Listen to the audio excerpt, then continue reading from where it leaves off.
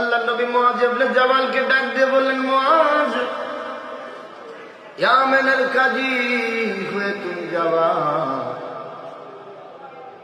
ইয়ামেনের governor করে তোমারে আমি পাঠালাম। মুআজ, তুমি যখন মদিনায় ফিরে আসবা, আমার সাথে তোমার দ্বিতীয়বার দেখা নাও হতে পারে।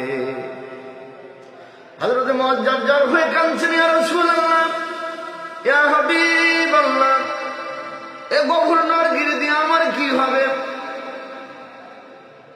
এ পদ পদবি দিয়ে আমার কি হবে? এগুলো দিয়ে আমার কি লাভ? আমার দুনিয়া চাই না, আমার গভর্নরই চাই না। আমি ফিরে এসে যদি আপনার সাথে দেখা না হয়, আপনারে দেখতে না পাই, ইয়া রাসূলুল্লাহ, আমি মুআজ সহ্য করতে পারবো না। তবুও বিশ্ব নবীর আদেশ, নবীর আদেশ, এগুলো পালন করা যেহেতু ফরজ, হযরত মুআজ রাজি হয়ে ইয়ামেনের দিকে রওনা হচ্ছেন। আল্লাহর নবীর দিকে ফ্যাল ফ্যাল করে তাকিয়ে আছেন। ইয়া রাসূলুল্লাহ, এটাই বুঝি আপনার সাথে আমার জীবনের শেষ দেখা? ইয়া রাসূলুল্লাহ, এটাই বুঝি আপনার সাথে আমার জীবনের শেষ কথা? ইয়া রাসূলুল্লাহ, এটাই বুঝি আপনাকে করা আমার জীবনের শেষ প্রশ্ন?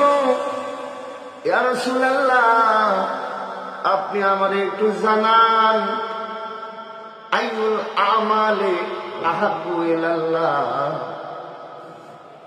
আল্লাহর কাছে সবচেয়ে প্রিয় আমল কোনটি?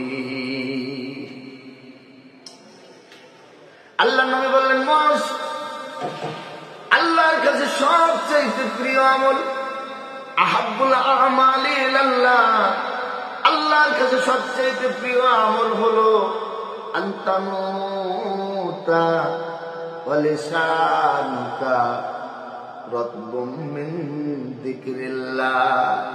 মুআজ, আল্লাহর কাছে সবচেয়ে প্রিয় আমল হলো তুমি মৃত্যুর সাথে পাঞ্জা লড়ছ, মুমূর্ষ অবস্থায় পড়ে আছো, খোদার মোলাকাতের আর দেরি নাই। এই অবস্থায় তোমার জিহ্বা আল্লাহর জিকিরে ব্যস্ত। সুবহানাল্লাহ বলা যাবে কি?